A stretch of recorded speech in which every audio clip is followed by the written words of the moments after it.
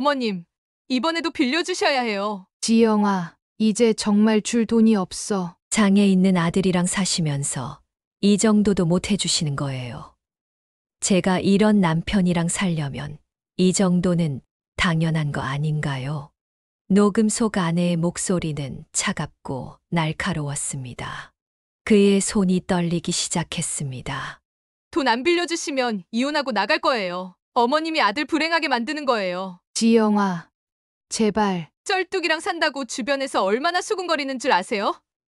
전 이 정도 보상은 받아야 하지 않나요? 사연을 듣고 난 후 각자의 의견을 댓글로 남겨주시기 바랍니다. 사소한 댓글이라도 사연자분에게 큰 힘이 될 수 있습니다. 각색될 수 있고 사연자분의 입장에서 구성될 수 있습니다. 고성호 씨의 가정은 화물차 운전사인 아버지와 부업으로 가게를 돕는 어머니, 그리고 2살 터울의 여동생까지 4인 가족이었습니다. 비록 11년이라는 긴 시간을 지하 월세방에서 보냈지만 가족들은 서로를 아끼며 행복하게 지냈습니다. 아들, 오늘은 일찍 들어올 수 있을 것 같아 저녁에 다 같이 외식하자. 퇴근 무렵 아버지의 전화를 받은 그는 얼굴 가득 미소를 지었습니다. 화물차를 모는 아버지는 새벽부터 밤늦게까지 일하느라 자주 얼굴을 보기 힘들었지만 집에 있을 때면 항상 자상했습니다. 여보, 오늘은 진짜 피곤할 텐데 그냥 쉬지. 아니야, 애들이랑 시간 좀 보내야지. 부부의 대화가 부엌에서 들려왔습니다. 어머니는 아버지의 건강을 걱정하면서도 틈틈이 이웃집 반찬 가게에서 일하며 가게를 도왔습니다. 매일 아침 일찍 일어나 반찬 가게로 향하는 어머니의 발걸음은 무거웠지만 가족을 위한 마음만은 가벼웠습니다. 오빠, 나도 갈래. 치킨 먹고 싶어. 여동생이 그의 방으로 뛰어들어와 졸랐습니다. 그는 여동생의 머리를 쓰다듬으며 웃었습니다. 비록 좁은 지하방이었지만 가족들의 웃음소리가 끊이지 않았습니다.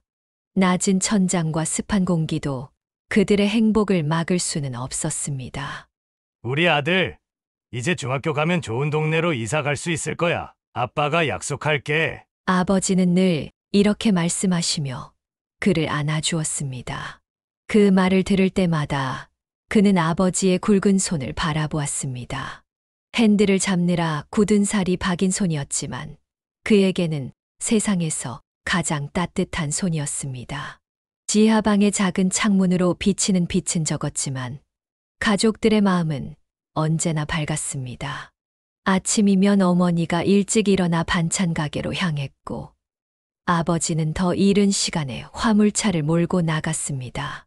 그와 여동생은 서로 도와가며 학교 준비를 했습니다. 오빠, 이번에도 시험 잘 봤지? 그럼 내가 누군데? 우리 동생도 열심히 하고 있네. 형제는 서로를 격려하며 공부했습니다. 좁은 방에서 책상 하나를 같이 써야 했지만 그것조차 불평하지 않았습니다.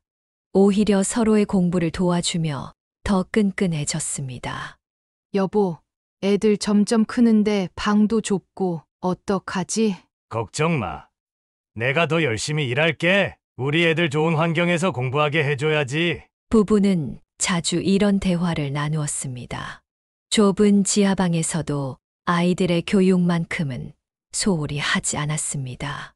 그들의 희생 덕분에 그와 여동생은 좋은 성적을 유지할 수 있었습니다.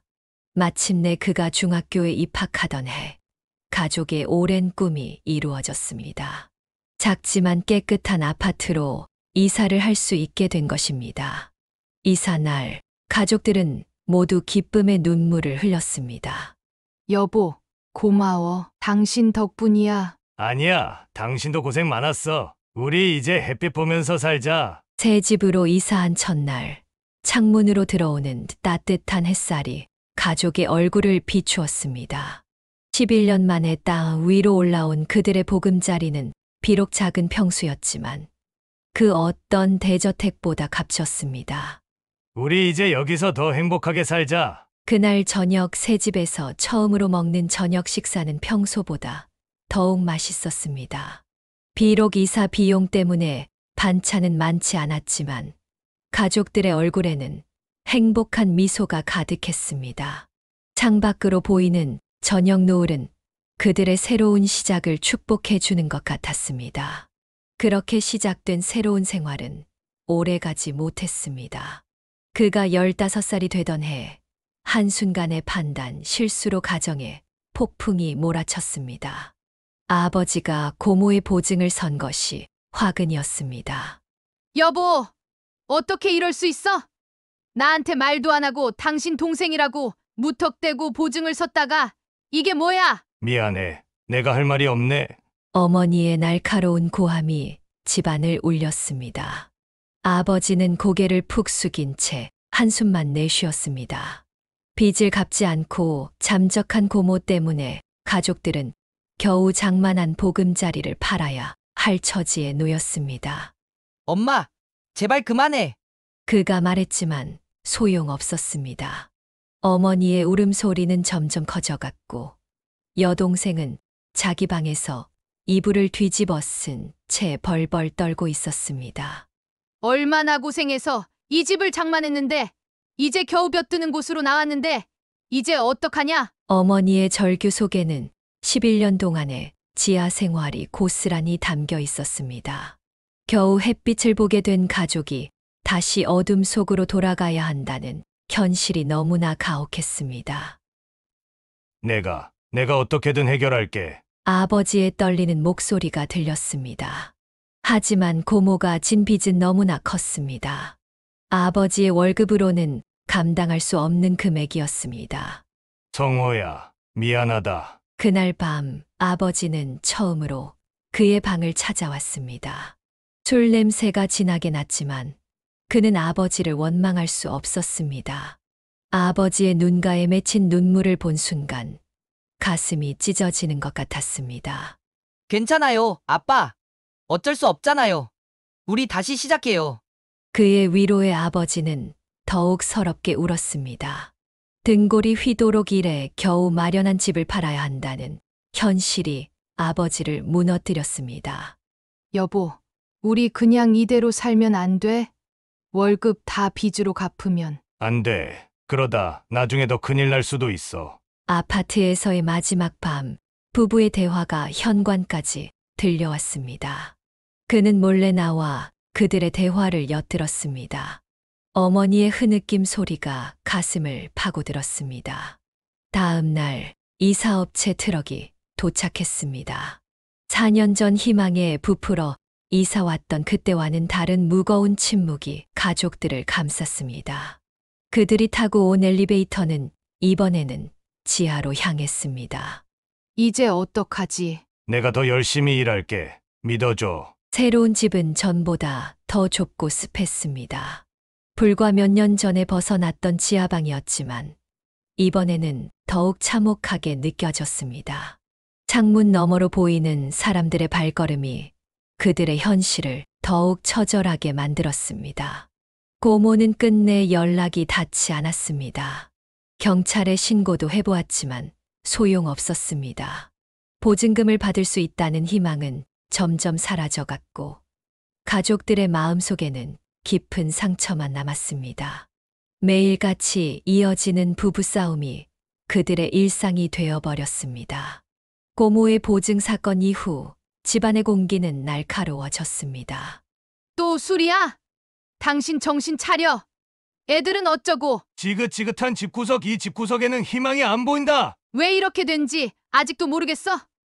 동생 보증 섰다가 이렇게 된 거 기억 안 나? 그만해.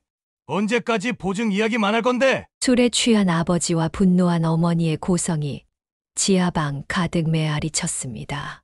그와 여동생은 이불 속에서 부모님의 싸움을 들어야 했습니다. 돈은 벌어서 뭐해? 매일 술만 마시느라 다 쓰는 걸. 담배는 왜 그렇게 피워대는 거야? 하루에 세 갑씩이나. 시끄러워. 내가 벌어다 준 돈으로 먹고 살면서 뭘? 뭐? 나도 반찬 가게에서 일하면서 돈 벌잖아. 깨지는 그릇 소리가 들렸습니다. 아버지가 술에 취해 식탁을 엎은 것이었습니다. 엄마, 나 무서워. 여동생이 그의 방으로 들어와 그의 팔을 붙잡았습니다. 그는 동생을 꼭 안아주었지만 자신도 덜덜 떨고 있었습니다. 당신 이럴 거면 차라리 나가. 집 나가. 애들은 생각 안 해. 어차피 이런 지하방 더 이상 미련도 없어. 매일 밤 반복되는 싸움에 아버지는 점점 더 술을 마셨고 담배 연기는 좁은 지하방을 가득 채웠습니다. 하루 3갑의 담배가 순식간에 재가 되어 재떨이를 채웠습니다. 여보, 제발 이러지 마. 놔. 내가 진짜 오늘 나가버린다. 그리고 마침내 그날이 왔습니다. 아버지는 평소보다 더 큰 싸움을 하고 문을 박차고 나갔습니다. 처음에는 늘 그렇듯 술 한잔하고 들어올 거라 생각했습니다. 엄마, 아빠, 언제 와? 곧 오실 거야. 하지만 아버지는 돌아오지 않았습니다. 하루가 지나고 이틀이 지나도 소식이 없었습니다. 어머니는 결국 경찰서에 실종 신고를 했습니다. 어머니는 매일 밤 흐느끼며 자책했습니다. 그는 어머니를 안아주고 싶었지만 차마 다가가지 못했습니다. 경찰은 아버지의 휴대폰 위치 추적도 해보고 CCTV도 확인했지만 소용없었습니다. 아버지의 행방은 오리무중이었습니다. 엄마, 밥 좀 먹어. 어머니는 식음을 전폐한 채 창밖만 바라보았습니다. 매일 밤 현관문 소리만 들려도 벌떡 일어나 달려나갔지만 그것은 늘 허상이었습니다. 아버지의 빈자리는 생각보다 컸습니다. 늘 술에 취해 있고 담배 연기를 뿜어대던 모습이 미웠던 적도 있었지만 이제는 그 모습이라도 보고 싶어졌습니다. 아빠, 어디 계세요?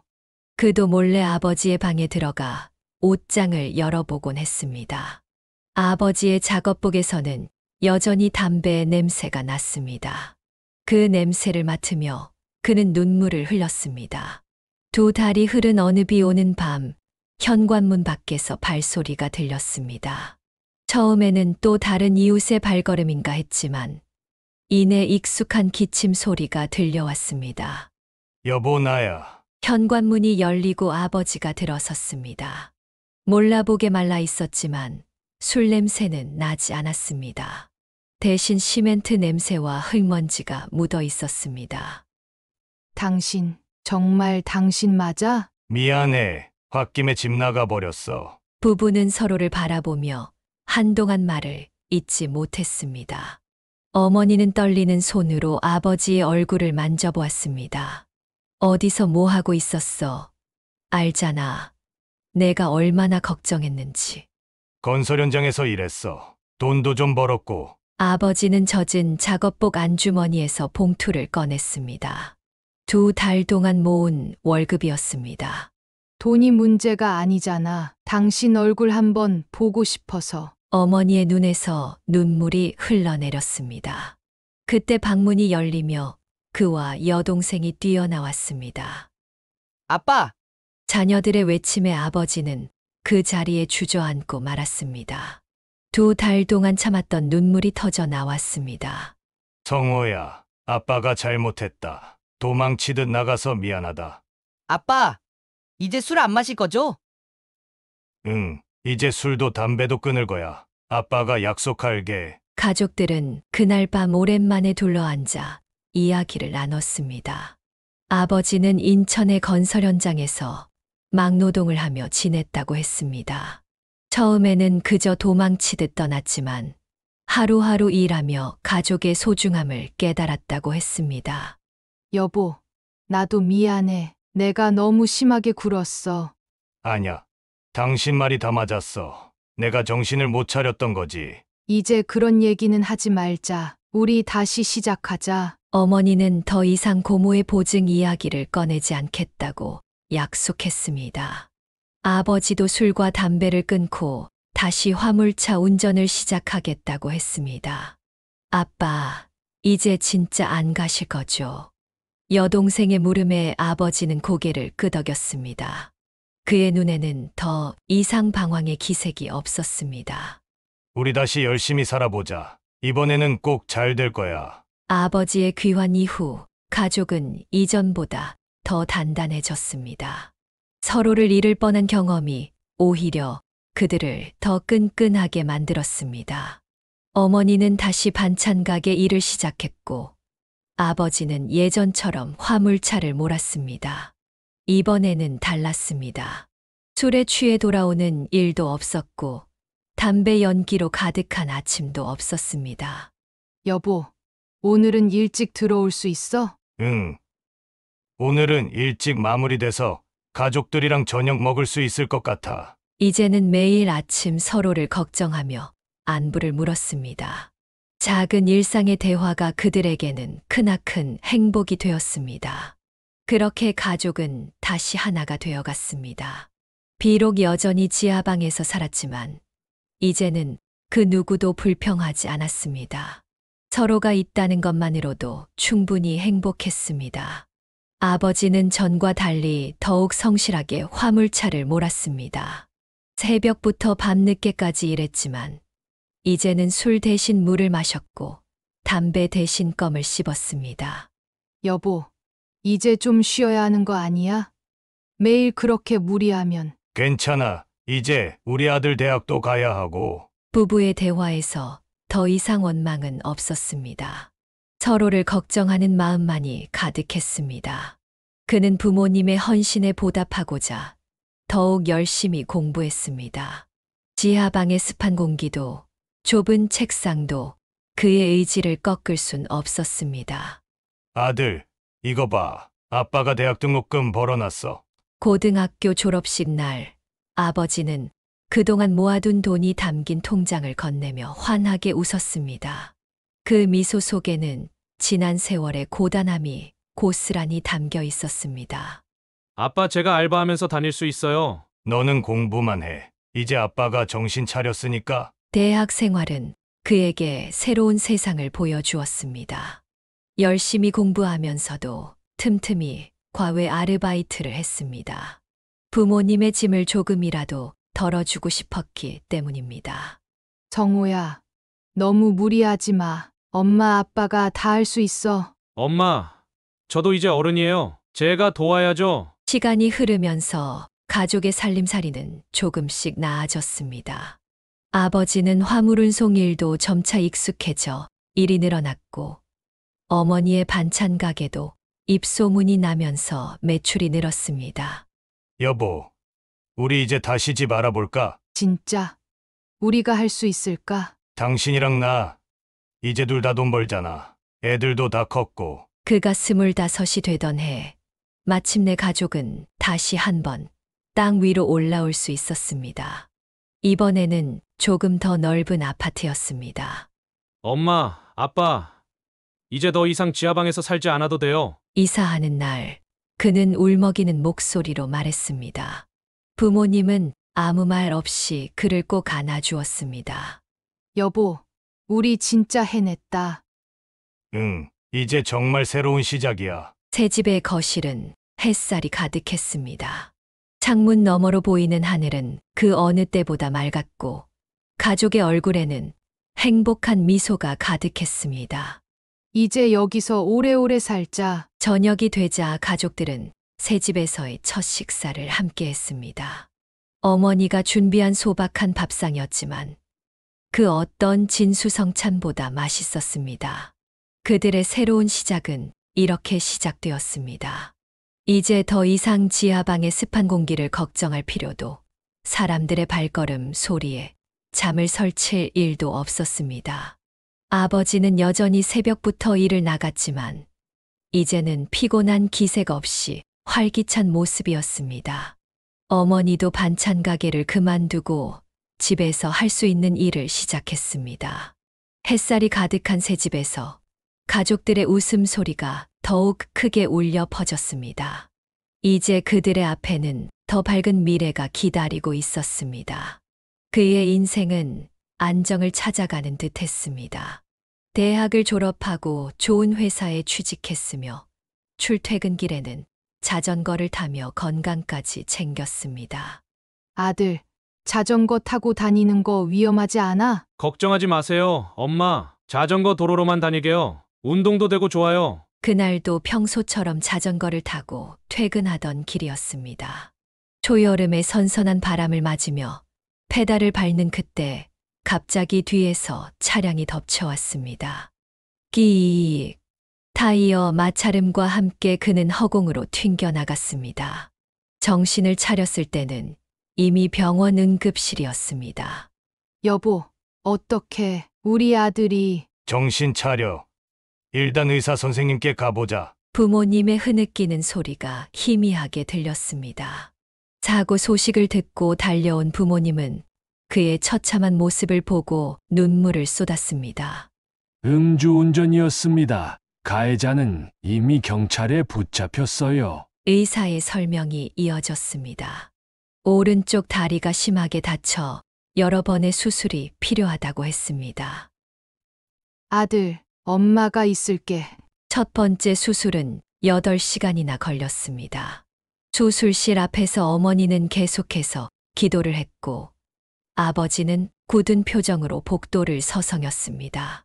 수술은 성공적이었지만 아직 3번의 수술이 더 필요합니다. 의사의 말에 가족들은 안도하면서도 걱정이 깊어졌습니다. 병원비도 문제였지만 그보다 그의 앞날이 더 걱정되었습니다. 아빠, 저 이제 어떡하죠? 걱정하지 마, 아들. 우리가 다 이겨낼 수 있어. 매일 밤 아버지는 그의 병실을 지켰습니다. 화물차 운전을 하다가도 틈만 나면 병원으로 달려왔습니다. 어머니는 아예 병실에서 살다시피 했습니다. 여보, 당신도 좀 쉬어. 내가 있을게. 아니야, 우리 아들 혼자 두면 안 돼. 4번의 수술이 모두 끝나고 의사는 평생 다리를 절게 될 거라고 했습니다. 그 말을 들은 순간 그의 눈에서 눈물이 흘러내렸습니다. 이제 제가 어떻게 살아야 하나요? 아들, 우리가 있잖아. 재활치료 열심히 하면 걸을 수 있대잖아. 재활치료는 생각보다 더 고통스러웠습니다. 한 발자국을 떼는 것도 온몸이 땀으로 흠뻑 젖을 정도였습니다. 하지만 가족들은 그를 한시도 포기하지 않았습니다. 힘내, 성우야. 조금만 더. 여동생도 퇴근 후에는 항상 병원을 찾았습니다. 주말이면 그의 재활운동을 도와주었고 함께 병원 정원을 산책했습니다. 6개월간의 재활치료 끝에 그는 마침내 목발 없이 걸을 수 있게 되었습니다. 비록 오른쪽 다리를 절었지만 혼자서도 일상생활이 가능할 정도로 회복했습니다. 아들, 이제 회사는 어떡할 거야? 걱정 마세요. 회사에서 기다려준대요. 제가 할 수 있는 일을 배정해준대요. 재활에 성공한 그는 마침내 일상으로 복귀할 수 있었습니다. 회사는 그를 위해 자리를 옮겨주었고 동료들도 그를 따뜻하게 맞아주었습니다. 비록 평생 절뚝거리며 걸어야 했지만 그는 다시 한번 삶의 의미를 찾았습니다. 가족들의 헌신적인 사랑이 그를 다시 일으켜 세운 것입니다. 정말 감사해요. 부모님. 우리 아들, 잘 해냈어. 재활을 마치고 집으로 돌아오던 날, 가족들은 모두 눈물을 흘렸습니다. 이제 그들에게는 또 다른 시작이 기다리고 있었습니다. 재활 후 회사 생활에 적응하며 3년의 시간이 흘렀습니다. 그는 절뚝거리는 걸음걸이가 부끄러워 연애는 꿈도 꾸지 않았습니다. 성우 씨, 나랑 잠깐 얘기 좀 할까요? 어느 날 같은 부서의 김 대리가 그를 불렀습니다. 제가 아는 여자분이 계신데 성우 씨랑 참 잘 어울릴 것 같아요. 김 대리님. 제가 이런 몸인데 누가? 한번 만나보세요. 제가 성우 씨 이야기 많이 했거든요. 그렇게 시작된 소개팅에서 그는 그녀를 만났습니다. 안녕하세요. 저는 민지영이라고 합니다. 처음 본 순간부터 그녀의 눈빛은 따뜻했습니다. 그의 불편한 걸음걸이를 자연스럽게 받아들이는 모습에 그는 마음이 편안해졌습니다. 다리가 불편하시다고 들었어요. 많이 힘드셨겠어요. 아, 네. 그래서 좀 걱정이. 왜요? 저는 사람의 마음을 보는데요. 그녀의 한마디에 그의 마음속 두려움이 조금씩 녹아내렸습니다. 여보, 우리 아들 소개팅녀가 어땠대? 글쎄 아직 말은 없는데 표정이 좋아 보여. 부모님은 그의 달라진 모습을 금방 알아챘습니다. 매일 밤 스마트폰을 들여다보며 미소 짓는 아들의 모습에 안도의 한숨을 쉬었습니다.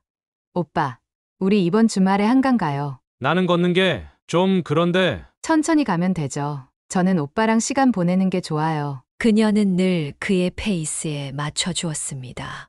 절뚝거리는 걸음에도 불평 한마디 없이 오히려 그의 팔짱을 끼며 다정하게 걸어주었습니다. 지영 씨, 나 같은 사람이어도 괜찮아? 오빠가 어떤 사람인데요?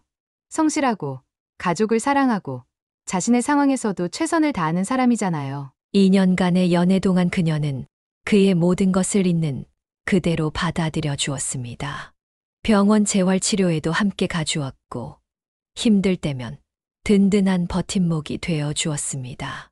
엄마, 이번에는 진짜인 것 같아요. 그래, 엄마도 지영이가 참 마음에 들어. 마침내 그들은 결혼을 결심했습니다. 그녀의 부모님도 그의 성실함과 따뜻한 마음을 알아봐 주었습니다. 고서방, 우리 딸 잘 부탁하네. 장인어른의 말씀에 그는 고개를 깊이 숙였습니다. 평생 그녀를 행복하게 해주겠다는 다짐이 가슴 깊이 새겨졌습니다. 작은 예식장에서 올린 결혼식. 그녀는 그의 팔을 잡고 절뚝거리는 걸음으로 걸어가는 것을 자랑스러워했습니다. 그녀의 말에 하객들은 따뜻한 미소를 지었습니다. 불편한 다리도 그들의 사랑 앞에서는 더 이상 장애물이 되지 않았습니다. 지영아, 고마워. 뭐려, 이제 시작인 거려. 새로운 출발을 알리는 결혼식이 끝나고 그들은 행복한 미래를 꿈꾸며 새로운 보금자리로 향했습니다. 이제 그의 불완전한 걸음에는 그녀의 발걸음이 함께했습니다. 결혼 후 그들의 일상은 작은 행복으로 가득했습니다. 특히 아내는 시부모님을 친부모님처럼 정성껏 모셨습니다. 어머님, 이거 동네 시장에서 제가 직접 고른 고등어예요. 아버님이 좋아하시잖아요. 아이고, 우리 며느리 너무 고마워. 주말이면 시부모님 댁을 찾아가 함께 식사를 했습니다. 아내는 장보기부터 음식 준비까지 모든 것을 앞장서서 했습니다. 아버님, 오늘은 제가 막걸리 한 병 준비했어요. 오, 우리 며느리가 아버지 취향을 다 안다. 특히 아버지와 아내는 막걸리를 함께 마시며 더욱 가까워졌습니다. 아버지는 평소 말씀이 없으신 편이었지만 며느리와 막걸리를 마실 때만큼은 수다쟁이가 되었습니다. 아버님, 처음 성우 오빠 만났을 때 이야기 다시 한번 해주세요. 그래, 우리 아들이 널 만나서 정말 복 받았어. 어머니는 부엌에서 그들의 대화를 들으며 미소 지었습니다. 아들의 장애를 전혀 개의치 않고 받아들여준 며느리가 늘 고마웠습니다. 여보, 나같이 이런 사람한테 시집 와서 힘들지 않아? 또 그런 소리예요. 오빠가 있어서 난 매일매일이 행복해요. 그녀는 늘 그의 불편한 다리를 자연스럽게 도와주었고 그의 자존심을 지켜주었습니다. 여보, 나 회사 다니면서 운전하기가 좀 힘들어서. 알아요. 내가 운전면허 따서 오빠 출퇴근 도와줄게요. 아내는 말과 행동이 늘 일치했습니다. 약속한 대로 운전면허를 따고 그의 출퇴근을 도와주었습니다. 그리고 결혼 2년 차 가장 큰 행복이 찾아왔습니다. 아내의 뱃속에서 새 생명이 자라고 있다는 소식이었습니다. 여보, 우리 부모님 될 거래요. 정말? 정말이야? 임신 소식에 온 가족이 기뻐했습니다. 특히 예비 할아버지가 되는 아버지의 얼굴에는 젊은 시절의 활기가 돌아왔습니다. 아이고, 우리 며느리 입덧하면 어쩌나. 어머니는 매일같이 며느리를 위한 음식을 준비해 보내주셨습니다. 입덧이 심한 며느리를 위해 직접 산후조리까지 준비하셨습니다. 어머님, 제가 알아서 할 수 있어요. 아이고, 너는 그냥 몸 조심하기나 해. 10달이 지나고 건강한 아들이 태어났습니다. 아기의 첫 울음소리가 울려 퍼질 때 대기실의 가족들은 모두 눈물을 흘렸습니다. 여보, 고마워. 정말 고마워. 아기의 첫 웃음, 첫 걸음마, 모든 순간이 그들에게는 특별한 선물이었습니다. 부모님은 손주를 위해 출산 축하금으로 100만 원을 건네주셨습니다. 아들, 이건 너희 애기 첫 옷 사는데 써라. 아버님, 어머님 감사합니다. 그들의 행복한 결혼 생활은 날이 갈수록 더욱 단단해졌습니다. 아내는 남편의 불편한 다리를 위해 항상 먼저 배려했고, 그는 아내의 사랑에 더 큰 사랑으로 보답했습니다. 우리 가족이 세상에서 제일 행복한 것 같아요. 저녁이면 아기의 웃음소리가 집안에 가득했고, 주말이면 온 가족이 모여 도란도란 이야기꽃을 피웠습니다. 그들의 일상은 작지만 확실한 행복으로 가득 찼습니다. 평온했던 일상은 한 통의 전화로 무너졌습니다. 한밤중에 걸려온 경찰서의 연락이었습니다. 여보세요? 고성호 씨 되시나요? 네, 그런데요. 죄송하지만 아버님께서 교통사고를 당하셨습니다. 그 순간 그의 손에서 전화기가 떨어질 뻔했습니다. 아내가 놀라서 그의 옆으로 달려왔습니다. 여보, 무슨 일이에요? 아버지가 사고가 났대요. 병원에 도착했을 때는 이미 늦었습니다. 음주운전자의 트럭이 아버지의 화물차와 정면 충돌했다는 설명을 들으며 그는 그 자리에 주저앉고 말았습니다. 우리 아버지 꼭 술 때문에. 아이러니하게도 평생 술을 끊고 성실하게 살아오신 아버지가 다른 사람의 음주운전으로 생을 마감하게 된 것입니다. 어머니, 어머니에게 전화를 걸어야 했지만 차마 말이 나오지 않았습니다. 결국 아내가 전화를 대신했습니다. 어머님, 아버님이. 장례식장은 슬픔으로 가득했습니다. 어머니는 아버지의 영정 앞에서 눈물도 나오지 않는다며 멍하니 앉아 있었습니다. 여보, 이제 어떻게 당신 없이 난. 평소 감정 표현이 없으시던 어머니는 처음으로 오열을 터뜨렸습니다. 그 모습을 보며 가족들도 함께 울었습니다. 아빠, 제가 더 자주 찾아뵀어야 했는데. 마지막으로 뵌 게 일주일 전이었습니다. 그때도 아버지는 평소처럼 환하게 웃으시며 손주를 안아주셨습니다. 아들, 너희들 잘 사는 모습 보니까 아빠는 이제 여한이 없다. 그 말씀이 마지막이 될 줄은 아무도 몰랐습니다.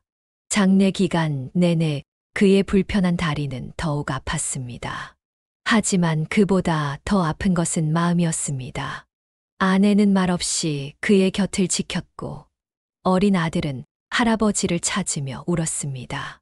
세상 모르고 할아버지를 부르는 아들의 목소리에 장례식장은 더욱 숙연해졌습니다. 아버님, 저 더 잘할 수 있었는데. 아내도 끝내 눈물을 보였습니다. 항상 자신을 딸처럼 아껴주시던 시아버지를 이렇게 보내야 한다는 것이 너무나 가슴 아팠습니다. 장례를 마치고 집으로 돌아오는 길, 가족들은 모두 말이 없었습니다. 이제 더 이상 아버지의 목소리를 들을 수 없다는 현실이 너무나 고통스러웠습니다. 여보, 우리 어머님 이제 어떡하죠? 아버지의 빈자리는 생각보다 더 컸습니다. 주말마다 찾아뵐 곳이 없어졌다는 것, 더 이상 아버지의 따뜻한 미소를 볼 수 없다는 것, 그 모든 것이 너무나 큰 상실로 다가왔습니다. 장례를 치르고 한 달이 지났지만 가족들의 슬픔은 쉽게 가시지 않았습니다. 특히 어머니의 건강이 급격히 나빠지기 시작했습니다. 남편을 잃은 슬픔이 너무나 커 잠도 잘 못 이루고 식사도 제대로 하지 못하셨습니다. 엄마, 이제 우리가 있잖아요. 그렇게 그들의 삶은 크게 변했습니다. 아버지의 부재는 단순히 한 사람의 죽음 이상의 의미였습니다. 그것은 가족의 큰 축이 무너진 것과도 같았습니다. 아버지의 장례를 치른 후 어머니의 건강은 급격히 나빠졌습니다. 불면증에 시달리고 식사도 제대로 하지 못하시는 모습을 보며 그는 결단을 내려야 했습니다. 여보, 어머님 우리가 모시고 사는 게 좋을 것 같은데 어때? 그게 좋을 것 같네. 어머님 혼자 계시다가 큰일 날 것 같아서 걱정이야. 아내는 흔쾌히 동의했습니다. 비록 신혼의 달콤한 둘만의 시간을 포기해야 했지만 어머니의 건강이 더 중요했습니다. 어머니, 이제 우리랑 같이 살아요. 아니야. 너희 신혼인데 내가 어떻게. 어머님, 제가 모실게요. 아내는 어머니를 설득하는데 정성을 다했습니다. 결국 어머니는 그들과 함께 살기로 했습니다.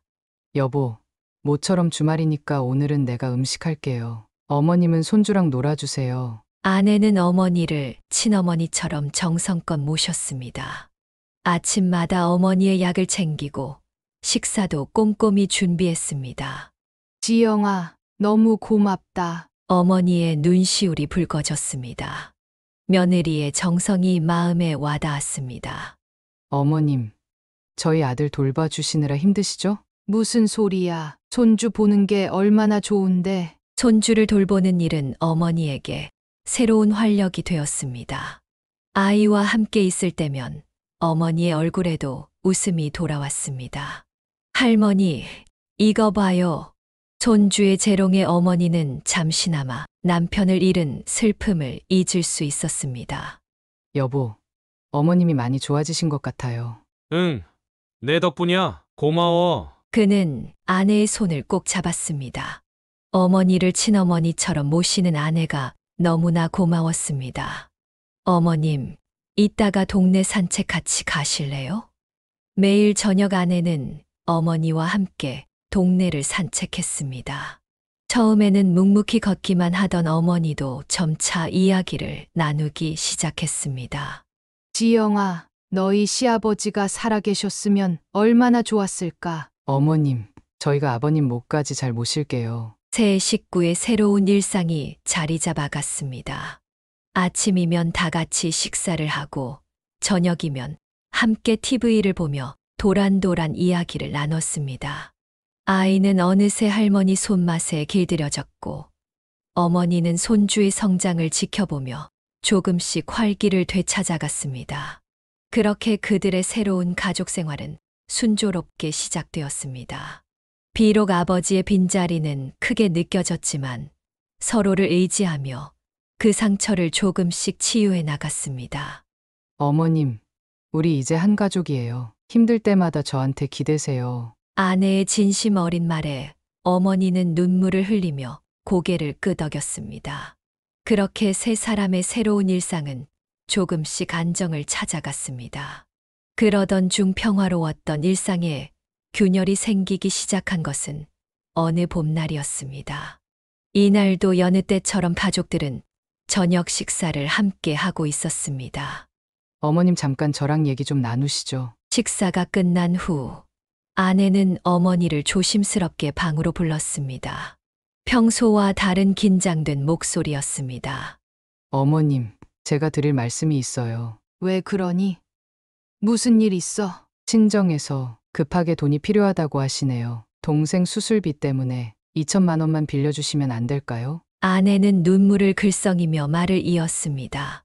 어머니는 망설임 없이 통장을 꺼냈습니다. 아버지의 보험금으로 받은 2천만 원을 선뜻 내어주었습니다. 울지 마라. 가족인데 뭘 얼마든지 도와줄게. 하지만 그것은 시작에 불과했습니다. 한 달 뒤 아내는 다시 어머니를 찾아왔습니다. 이번에는 더 절박한 표정이었습니다. 어머님, 동생 수술이 생각보다 더 큰 거였나 봐요. 3천만 원만 더 제발 도와주세요. 매번 친정의 어려움을 호소하는 아내의 말에 어머니는 한숨을 쉬면서도 돈을 건네주었습니다. 그는 이 사실을 전혀 알지 못했습니다. 여보, 요새 친정에 자주 가네? 동생이 아파서 걱정이 돼서. 아내의 대답은 늘 짧아졌고 어머니와의 대화도 피하기 시작했습니다. 예전처럼 함께 산책을 가자는 말도 하지 않았습니다. 손주를 돌보는 것도 점점 소홀해졌습니다. 지영아, 이번에는 얼마나 필요하니? 어머님, 5천만 원만 더. 이번이 정말 마지막이에요. 제가 꼭 갚을게요. 하지만 마지막이란 말은 거짓이었습니다. 한 달 뒤 또 다시 6천만 원을 요구했습니다. 어머니의 통장 잔고는 바닥을 보이기 시작했습니다. 이러다가 성우한테 들키면 어쩌지? 어머님, 절대 말씀하지 마세요. 곧 다 갚을게요. 아들 걱정하게 하고 싶지 않잖아요. 아내의 행동은 점점 더 이상해졌습니다. 밤늦게 수상한 전화를 받고 갑자기 집을 나가기도 했습니다. 전화기를 꼭 손에 쥐고 다니며 누군가와 은밀한 대화를 나누는 모습이 자주 목격되었습니다. 할머니, 엄마는 어디 갔어요? 손주의 순진한 질문에 어머니는 마음이 아팠습니다. 며느리의 잦은 외출로 아이는 점점 외로워했습니다. 결국 1년도 채 되지 않아 아내가 빌린 돈은 1억 6천만 원에 달했습니다. 어머니의 전 재산이었습니다. 아버지가 평생을 일해 모은 돈과 보험금이 모두 사라졌습니다. 이제 정말 줄 돈이 없다. 이걸 어떡하니? 어머님, 조금만 더 기다려주세요. 제가 꼭 갚을게요. 아내의 눈빛은 이전과 완전히 달라져 있었습니다. 차갑고 날카로워졌으며 때로는 광기마저 느껴졌습니다. 더 이상 예전의 다정한 며느리가 아니었습니다. 어머니는 밤마다 잠을 이루지 못했습니다. 아들에게 말하지 못하는 비밀이 가슴을 짓눌렀습니다. 매일 밤 남편의 영정 앞에서 흐느꼈습니다. 여보, 내가 잘못한 걸까요? 당신이 모아둔 돈을 이렇게. 식구들이 잠든 깊은 밤, 어머니는 홀로 울며 괴로워했습니다. 며느리의 달라진 모습에 두려움마저 들기 시작했습니다. 그렇게 돈의 유혹은 행복했던 가정을 서서히 갉아먹기 시작했습니다. 아무도 모르게, 하지만 확실하게 균열은 깊어져 갔습니다. 어머니의 한숨 소리는 날이 갈수록 깊어졌고 아내의 눈빛은 점점 더 날카로워져만 갔습니다. 어느 날 아침 평소와 다름없이 출근 준비를 하고 있던 그때였습니다. 어머니, 괜찮으세요? 식탁에서 갑자기 어머니가 쓰러지셨습니다. 평소 기력이 없어 보이시더니 결국 쓰러지고 만 것입니다. 그는 황급히 구급차를 불렀습니다. 어머니는 의식이 없는 상태로 응급실로 실려갔습니다. 어머님이 갑자기 무슨 일이에요? 검사 결과 심한 스트레스와 불면증으로 인한 탈진 상태라고 했습니다. 의사는 정신적 충격이 있었는지 물었습니다. 어머니, 갑자기 무슨 스트레스예요? 무슨 일 있으세요? 의식을 되찾은 어머니는 한동안 말씀이 없으셨습니다. 그러다 갑자기 어머니의 눈에서 눈물이 흘렀습니다. 성우야, 이제는 말해야 할 것 같구나. 떨리는 손으로 어머니는 핸드폰을 꺼내셨습니다. 녹음 파일이 있다며 들어보라고 하셨습니다. 어머님, 이번에도 빌려주셔야 해요. 지영아, 이제 정말 줄 돈이 없어. 장애 있는 아들이랑 사시면서 이 정도도 못 해주시는 거예요. 제가 이런 남편이랑 살려면 이 정도는 당연한 거 아닌가요? 녹음 속 아내의 목소리는 차갑고 날카로웠습니다. 그의 손이 떨리기 시작했습니다. 돈 안 빌려주시면 이혼하고 나갈 거예요. 어머님이 아들 불행하게 만드는 거예요. 지영아, 제발. 쩔뚝이랑 산다고 주변에서 얼마나 수군거리는 줄 아세요? 전 이 정도 보상은 받아야 하지 않나요? 녹음 파일은 계속되었습니다. 아내의 협박과 강요, 어머니의 흐느낌이 번갈아 들렸습니다. 성우야, 미안하다. 엄마가. 어머니는 오열을 터뜨리셨습니다. 1년 동안 혼자 이 고통을 견뎌오신 것입니다. 돈 없는 장애인이랑 결혼해준 것만 해도 감사해야 해요. 어머님이 그 정도는 보상해 주셔야 하는 거 아닌가요? 또 다른 녹음 파일에서는 더 충격적인 내용이 흘러나왔습니다. 아내는 노골적으로 그의 장애를 언급하며 어머니를 압박했습니다. 당신, 어떻게 이럴 수가? 병실 밖에서 이 모든 것을 듣고 있던 아내는 창백한 얼굴로 서 있었습니다. 더 이상 숨길 수 없는 진실이 드러난 순간이었습니다. 여보, 난 나가. 그의 목소리는 떨렸지만 단호했습니다. 어머니를 괴롭히고 자신의 장애를 이용해 돈을 뜯어낸 아내를 더 이상 보고 싶지 않았습니다. 난 당신이 날 진심으로 사랑한다고 믿었어. 성우야, 이제 됐어. 어머니는 그의 손을 꼭 잡았습니다. 1년 동안 혼자 고통받으시느라 얼마나 힘드셨을지 생각만 해도 가슴이 찢어질 것 같았습니다. 엄마, 왜 이걸 혼자 참으셨어요?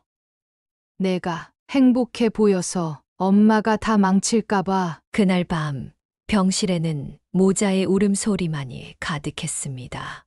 신뢰했던 사람의 배신, 그것도 가장 약한 부분을 파고든 잔인한 배신 앞에서 그들은 한동안 말을 잇지 못했습니다. 어머니의 고백 이후 더 큰 충격이 그를 기다리고 있었습니다. 병실에서 쫓겨난 아내는 결국 모든 것을 실토했습니다. 다 다단계였어요. 뭐라고? 병원 복도에서 마주한 아내의 고백은 더욱 충격적이었습니다. 불법 금융 다단계에 빠져 어머니의 돈을 모두 투자했다는 것입니다. 처음엔 정말 친정 일 때문이었어요. 그런데 그때 동창을 만나서 아내는 떨리는 목소리로 이야기를 이어갔습니다. 고등학교 동창이 소개한 투자 프로그램은 처음에는 달콤한 수익을 약속했다고 합니다. 3개월 만에 원금의 3배를 벌 수 있다고 했어요. 어머님 돈도 바로 갚을 수 있을 것 같았는데. 그래서 우리 어머니 돈을 다 털어간 거야? 죄송해요. 제가 미쳤었나 봐요. 하지만 이것은 시작에 불과했습니다. 간호사가 급하게 그를 불렀습니다. 어머니가 화장실에 다녀오시다가 아내가 어머니의 가방을 뒤지는 것을 목격했다는 것입니다. 결국 아내는 마지막 비밀마저 털어놓았습니다. 다단계 조직에서 독촉이 심해지자 어머니의 남은 재산마저 노리고 있었던 것입니다. 정말 당신이 그런 사람이었어? 투자금을 더 넣지 않으면 기존 돈도 모두 잃는다고 했어요. 저도 너무 무서웠어요. 병실로 돌아온 그는 어머니의 손을 꼭 잡았습니다. 어머니는 이미 모든 것을 알고 계셨다는 듯이 말씀하셨습니다. 통장을 자꾸 찾더구나. 그래서 내가 녹음하기 시작한 거야. 어머니는 서랍 깊숙이 보관해둔 또 다른 증거물을 꺼내셨습니다. 거기에는 아내가 다단계 조직과 통화하는 내용이 고스란히 담겨 있었습니다. 어머님만 조금만 더 빌려주시면. 이제 그만해. 더 이상은 안 돼. 그럼 전 어떡하라고요? 저더러 장애인 남편이랑 평생 이렇게 살라고요? 녹음 속 아내의 목소리는 히스테리컬했습니다. 돈에 대한 집착이 그녀를 완전히 다른 사람으로 만들어버린 것이었습니다. 여보, 마지막으로 한마디만 할게요. 쫓겨나기 전 아내는 마지막으로 한마디를 남겼습니다. 돈에 눈이 멀어서 당신의 순수한 마음도 어머님의 사랑도 다 저버렸네요. 미안해요. 그렇게 모든 진실이 드러났습니다. 불법 다단계의 유혹에 빠져 가족을 배신하고 심지어 장애인 남편이라는 약점까지 이용한 아내의 민낯이 밝혀진 것입니다. 진실이 모두 밝혀진 후 그는 무거운 마음으로 장인의 연락처를 눌렀습니다. 떨리는 목소리로 모든 사실을 전했습니다. 장인어른, 드릴 말씀이 있습니다. 고서방, 무슨 일인가? 지영이가 어머님 돈을 다. 전화기 너머로 긴 침묵이 이어졌습니다. 이어서 들려온 것은 장인어른의 떨리는 목소리였습니다. 당장 집으로 데리고 와라. 내가 잘못 키운 자식. 내가 처리하마. 그날 저녁 처가에서 마주한 광경은 처참했습니다. 아내는 고개를 푹 숙인 채 눈물만 흘렸고 장모님은 오열을 하고 계셨습니다. 이 못된 것아. 내가 어떻게. 장인은 분노를 참지 못하고 아내의 뺨을 때렸습니다. 소리가 나도록 내리친 딱 위에 아내는 그대로 쓰러졌습니다. 여보, 그만해요. 우리가 잘못 키운 거예요. 장모가 말렸지만 장인의 분노는 쉽게 가라앉지 않았습니다.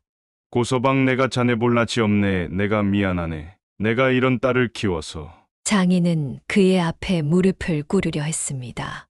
그는 황급히 말렸지만 장인의 눈에서는 눈물이 멈추지 않았습니다. 아버님, 일어나세요. 제발. 장애가 있는 사위를 얻고도 이렇게 성실하게 살아주는데 내 딸이 이럴 줄은 몰랐어. 장모 역시 땅이 꺼져라 한숨을 쉬었습니다. 딸의 등을 때리며 통곡했습니다. 이 못난 거사. 시어머님 돈을 노래다니. 내가 어떻게 그런 짓을. 엄마, 아빠, 미안해요. 저도 정신이 없었어요. 아내는 바닥에 엎드려 울기만 했습니다. 하지만 이미 돌이킬 수 없는 선을 넘어버렸습니다. 장인어른, 장모님, 이혼하려고 합니다. 그의 단호한 선언에 방안이 조용해졌습니다. 아내가 흐느끼는 소리만이 들렸습니다. 그래, 자네가 그렇게 하고 싶으면 그게 맞는 게지. 장인의 떨리는 목소리가 이어졌습니다. 고서방 우리가 정말 미안해. 이런 며느리를 보내서. 장모는 그의 손을 잡고 계속해서 사과했습니다. 딸을 잘못 키운 것이 모두 자신들의 잘못이라며 눈물을 흘렸습니다. 아니에요. 장모님. 그날 밤 처가를 나서는 그의 발걸음은 무거웠습니다. 뒤에서는 장인의 호통 소리와 장모의 울음소리가 계속해서 들려왔습니다. 돌아오는 길, 그는 자신의 결정이 옳았음을 다시 한번 확신했습니다. 불편한 다리를 이용해 돈을 뜯어내고 어머니를 괴롭힌 아내와는 더 이상 살 수 없었습니다. 이혼 조정 기일, 법원 복도에서 마주한 아내의 모습은 많이 달라져 있었습니다. 화장기 없는 얼굴에 초췌한 모습이었습니다. 양육권은 절대 양보할 수 없습니다. 그의 단호한 목소리에 조정위원도 아내도 말문이 막혔습니다. 불법 다단계에 빠져 어머니의 돈을 갈취한 사람에게 아이를 맡길 수는 없었습니다. 제가 잘못했지만 그래도 전 엄마잖아요. 아내의 눈에서 눈물이 흘렀지만 그는 더 이상 그 눈물에 동요하지 않았습니다. 어머님께 빌린 돈은 어떻게 할 거예요? 조정위원의 질문에 장인어른이 나섰습니다. 저희가 집을 담보로 대출을 받아서 1억은 바로 상환하겠습니다. 나머지는 월 300만 원씩 분할 상환하도록 하겠습니다. 장인은 땅을 바라보며 말씀하셨습니다. 딸의 잘못을 수습하기 위해 노후의 빚을 지게 된 것입니다. 고서방, 정말 미안해. 아버님, 그러실 필요 없습니다. 하지만 장인은 고개를 저었습니다. 자식이 잘못했으면 부모가 책임지는 게 당연한 거지. 어린 아들의 눈에도 눈물이 맺혔습니다. 아빠, 나 이제 엄마 못 보는 거야? 어린 아들의 물음에 그의 마음이 찢어질 듯 했습니다. 하지만 아이의 미래를 위해서는 이것이 최선이었습니다. 어머니는 눈물을 삼키며 손주를 안아주셨습니다. 할머니의 품에 안긴 아이는 조금씩 안정을 찾아갔습니다. 어머님, 정말 죄송합니다. 마지막 인사를 하러 온 아내를 어머니는 물끄러미 바라보기만 하셨습니다. 용서할 수는 있어도 잊을 수는 없는 상처였습니다. 이제 새로운 삶을 살아라. 그리고 우리 손주 보고 싶을 때는 연락해라. 어머니의 마지막 말씀에 아내는 그저 흐느낄 뿐이었습니다. 이혼 조정이 끝나고 그들은 각자의 길을 걷게 되었습니다. 아이와 함께 어머니의 집으로 돌아가는 길. 그의 마음은 무거웠지만 확고했습니다. 아들, 이제 우리끼리 잘 살자. 어머니의 말씀에 그는 고개를 끄덕였습니다. 비록 불완전한 가정이 되었지만 이제는 서로를 더욱 아끼며 살아가야 할 때였습니다. 처가에서는 약속대로 매달 상환금을 보내왔습니다. 장인은 퇴직금까지 털어 어머니의 돈을 갚아 나갔습니다. 딸의 잘못을 끝까지 책임지려는 장인의 모습에 그는 마음 한켠이 아팠습니다. 이혼 후 6개월이 지났을 무렵 우연히 그는 아내의 소식을 듣게 되었습니다. 장모님의 다급한 전화였습니다. 고서방 지영이가. 장모님의 흐느끼는 목소리에 그의 가슴이 철렁했습니다. 한때 가족이었던 사람의 소식이었기에 그냥 지나칠 수 없었습니다. 지영이 이제 고시원에서 지내고 있어. 아버지가 쫓아냈어. 매일 술만 마시고 다단계에 투자했던 돈은 모두 사라졌고 남은 것은 후회뿐이었습니다. 결국 그녀는 친정에서도 더 이상 지낼 수 없게 되었습니다. 어제는 만취 상태로 찾아와서 난리를 피웠어. 아버지가 경찰까지 부르셨어. 그는 한숨을 내쉬었습니다. 한때 단정하고 다정했던 아내의 모습은 온데간데 없이 사라진 것 같았습니다. 지영 씨를 마지막으로 본 게 언제죠? 한 달 전 그때도 술에 취해서 돈 달라고. 결국 장인은 딸과 연을 끊기로 결심했다고 합니다. 매일 술에 취해 행패를 부리는 딸을 더 이상 감당할 수 없었던 것입니다. 며칠 후 그는 우연히 아내를 마주치게 되었습니다. 허름한 고시원 앞 술에 취해 비틀거리는 모습이었습니다. 여보. 아니, 성우 씨. 초췌한 얼굴에 빨갛게 충혈된 눈, 잔뜩 구겨진 옷차림. 불과 1년 전만 해도 단정했던 그녀의 모습은 찾아볼 수 없었습니다. 당신 정신 차려! 아들 보기 부끄럽지도 않아? 이제라도 늦지 않았으니까 정신 차리고 좀 살아! 늦었어. 다 끝났어. 돈도 다 잃었고, 가족도 잃었고. 아내는 흐느끼며 말했습니다. 고시원을 전전하며 생활하고 있다고 했습니다. 일용직 아르바이트로 겨우 반값을 내고 있지만 대부분의 돈은 술값으로 나간다고 했습니다. 제발 술이라도 그만 먹어. 이거라도 마셔야 좀 편해져. 술이 날 위로해. 내가 얼마나 못된 짓을 했는지 생각할 때마다. 그녀의 가방에서는 소주병이 삐져나와 있었습니다. 한때 우아하고 단정했던 그녀의 모습은 찾아볼 수 없었습니다. 아들은 잘 크고 있지? 떨리는 목소리로 물었지만 그는 대답하지 않았습니다. 아들의 이야기를 꺼내는 그녀의 목소리에는 후회와 그리움이 가득했습니다. 비틀거리며 고시원으로 들어가는 그녀의 뒷모습이 처연했습니다. 불과 1년 전만 해도 행복한 가정을 꾸리고 있었는데 돈에 대한 욕심이 모든 것을 망쳐버린 것입니다. 그녀는 계속해서 술의 늪에서 빠져나오지 못했습니다.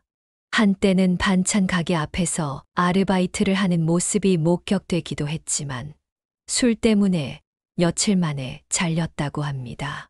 성우야, 지영이가 또 술에 취해서. 장모님의 울먹이는 전화가 이어졌지만 그도 이제는 어쩔 수 없었습니다. 한때 사랑했던 사람이었지만 이제는 그저 타인일 뿐이었습니다. 돈을 위해 가족을 배신한 대가는 처참했습니다. 가족도 친정도 모든 것을 잃은 그녀에게 남은 것은 술병뿐이었습니다. 매일 밤 고시원에서 혼자 술을 마시며 잃어버린 행복을 그리워하는 것이 그녀의 일상이 되었습니다. 시간이 흐르면서 어머니의 상처도 조금씩 아물기 시작했습니다. 처음에는 정신과 치료를 거부하시던 어머니도 손주를 위해서라도 건강해져야 한다는 그의 설득에 마음을 열었습니다. 어머니, 우리 오늘도 병원 다녀오실까요? 그래, 이제는 괜찮아진 것 같은데. 그래도 좀 더 다니시죠. 제가 데려다 드릴게요. 매주 2번씩 찾는 병원에서 어머니는 차츰 안정을 찾아갔습니다. 상담 선생님은 어머니의 트라우마가 생각보다 깊다며 꾸준한 치료가 필요하다고 했습니다. 할머니, 오늘은 뭐 해요? 우리 손주랑 공원에 가볼까? 어린 손주의 해맑은 웃음소리는 어머니의 가장 좋은 치료제가 되었습니다. 손주와 함께하는 시간이 늘어날수록 어머니의 얼굴에도 웃음이 돌아왔습니다. 엄마, 이제 악몽은 안 꾸세요?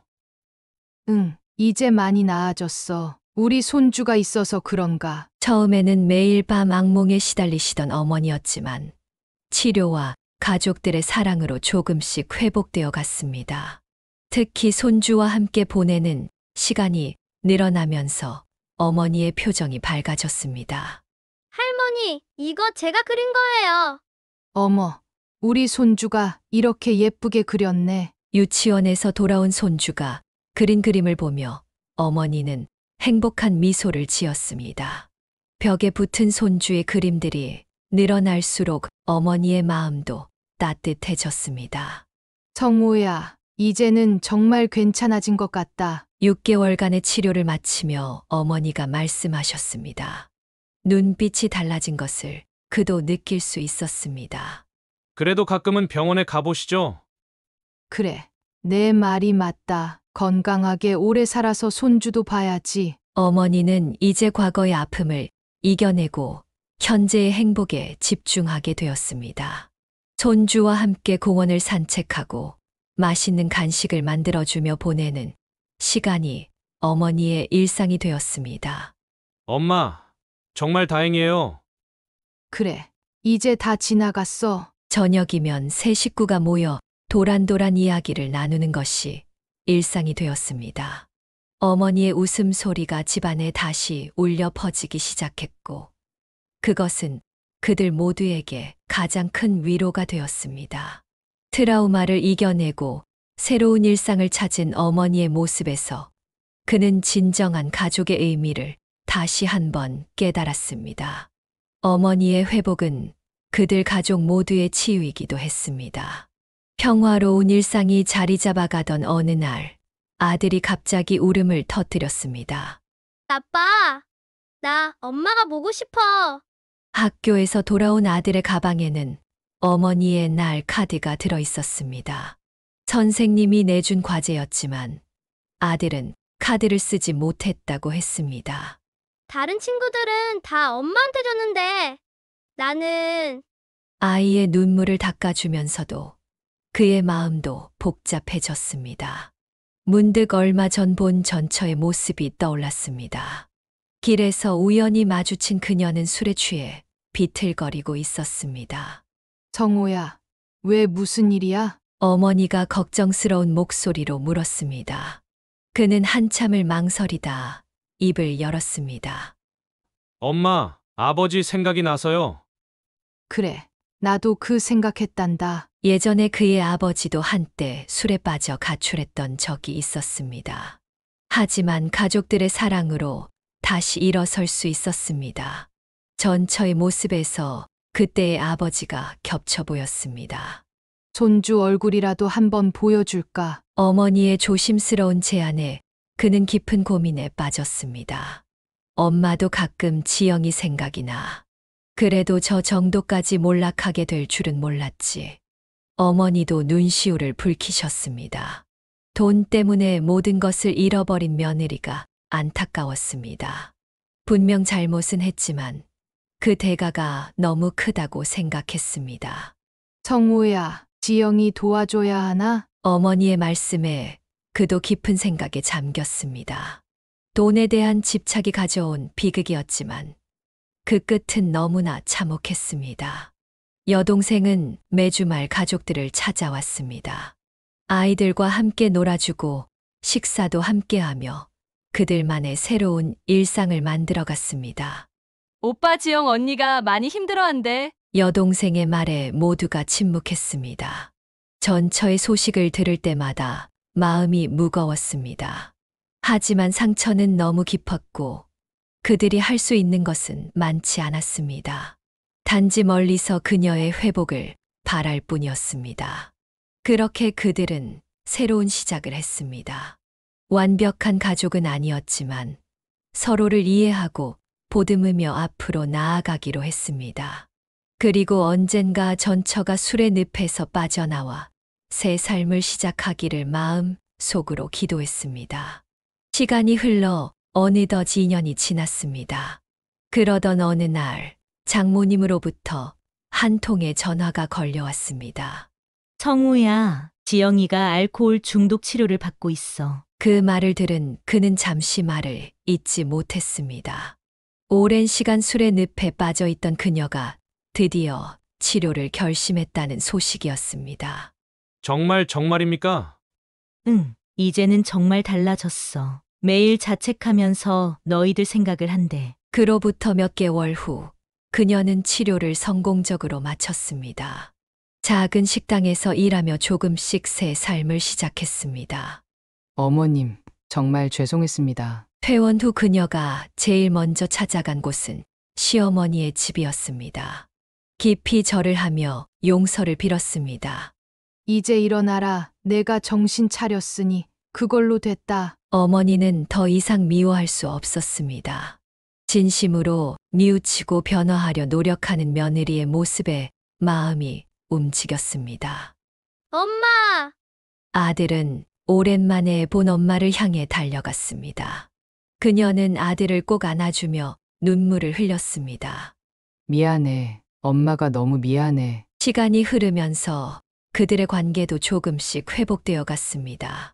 한 달에 한 번 어머니 집에서 함께 식사를 하게 되었고 아들과도 정기적으로 만남을 가졌습니다.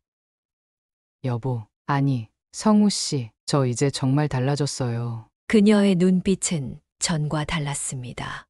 돈에 대한 집착 대신 진정한 반성과 새로운 희망이 담겨 있었습니다. 3년이 지난 어느 날, 그는 큰 결심을 했습니다. 지영 씨, 우리 다시 시작해볼까요? 재혼식은 소박했습니다. 양가 부모님들과 가까운 친지들만 모신 작은 예식이었습니다. 이제는 정말 행복하게 살자. 네, 2번 다시 실수하지 않을게요. 그렇게 그들은 새로운 출발을 했습니다.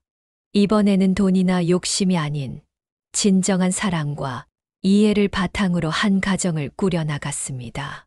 어머니는 며느리의 진심 어린 봉양을 받으며 행복한 노후를 보내셨고 아들은 다시 엄마의 품을 찾았습니다. 상처였던 과거가 오히려 그들을 더 단단하게 만들어 주었습니다. 우리 참 많은 일이 있었지. 네, 하지만 이제는 진짜 가족이 된 것 같아요. 저녁 식탁에 둘러앉은 가족들의 얼굴에는 따뜻한 미소가 가득했습니다. 시련을 이겨내고 맞이한 진정한 행복이었습니다. 세월이 흘러 어느덧 10년이 지났습니다. 어머니의 일기장에는 그날의 기록이 남아 있었습니다. 오늘따라 지영이가 예쁘게 보인다. 처음엔 미워서 도저히 볼 수 없었던 며느리였는데 이제는 내 딸 같다. 돈 때문에 잠시 정신이 혼미해졌던 거지. 사람의 본심은 원래 착했던 아이인데. 어머니는 이제 과거의 일을 전혀 다른 시각으로 바라보게 되었습니다. 매일 아침 어머니의 건강을 체크하고 약을 챙기는 며느리의 모습에서 진심을 느낄 수 있었습니다.